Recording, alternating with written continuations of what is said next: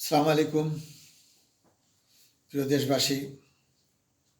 আজকে একটি গুরুত্বপূর্ণ বিষয় নিয়ে আপনাদের সম্মুখে হাজির হয়েছি।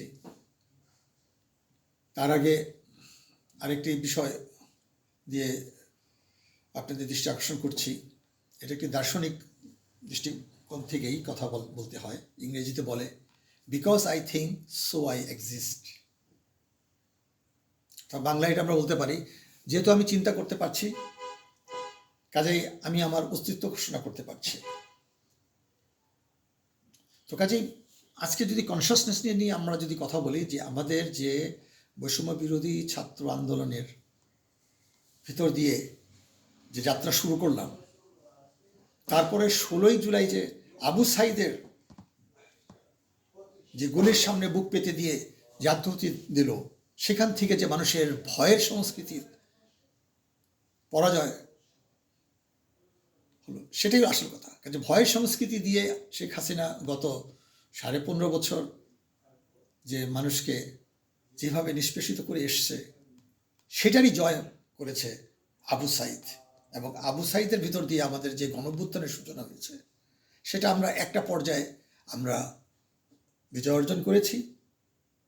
কিন্তু এখনও এই গণঅভ্যুত্থানের চলমান প্রক্রিয়া বলা যেতে পারে কিংবা বিজয় অর্জনের মাঝপথে আমরা আছি। তড়িঘড়ি করে আমরা দেখলাম যে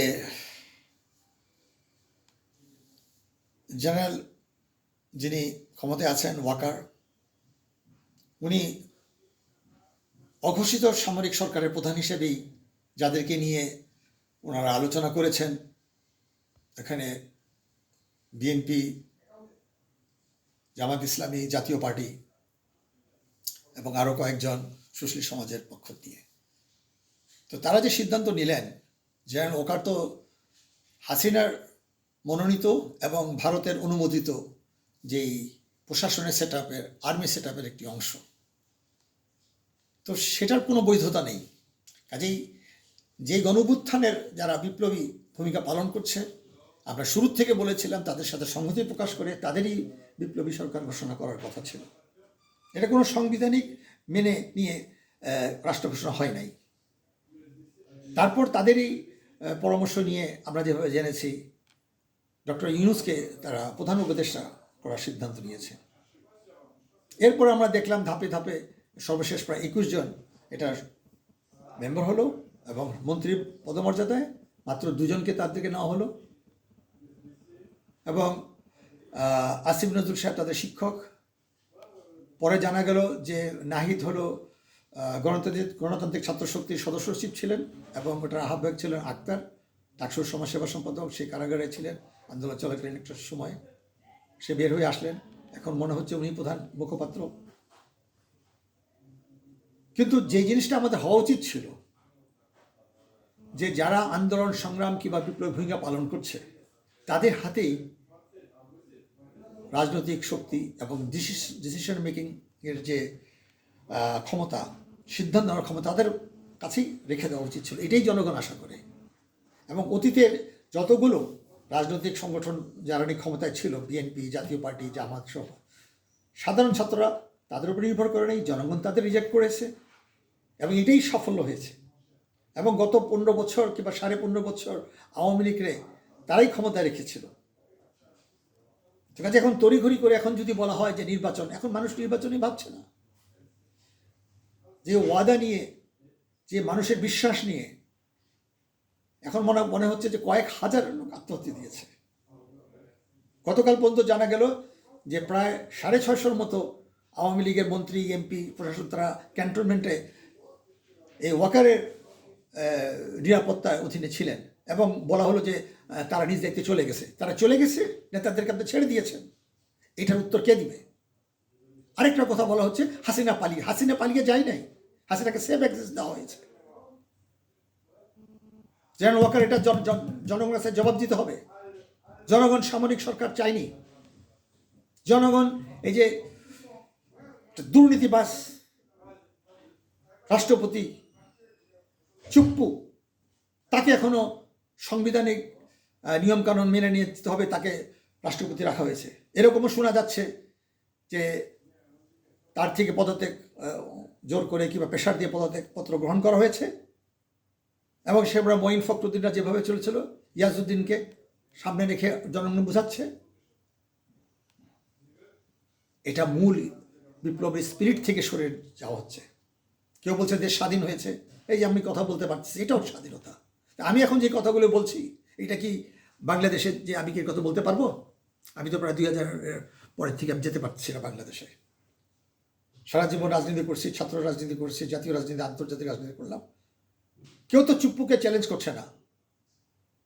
আমরা যে গত অক্টোবর থেকে 28 অক্টোবর থেকে যে আমরা যেখানে বিপ্লবী সরকার ঘোষণা করলাম, প্রবাসী বিপ্লবী সরকার কেন ঘোষণা করতে হয়েছে? এটা আমার স্বপ্ন একদিনের না। আমাকে এটার জন্য প্রায় 35 বছর অপেক্ষা করতে হচ্ছে। আমি যখন নাকি প্রথমে 88 শেষের দিকে আমি চলে আসি, তখনই আমার মনে হচ্ছে যে দুই নেত্রী হাসিনা খালেদার সাথে আমি বহু মিটিং করছি সর্বদলীয় নেতা হিসেবে। 32 নম্বরের পরপর 2 বার, খালেদার সাথে 2 বার। যখন দেখলাম ছাত্র নেতাদেরকে তারা কিনে নিল,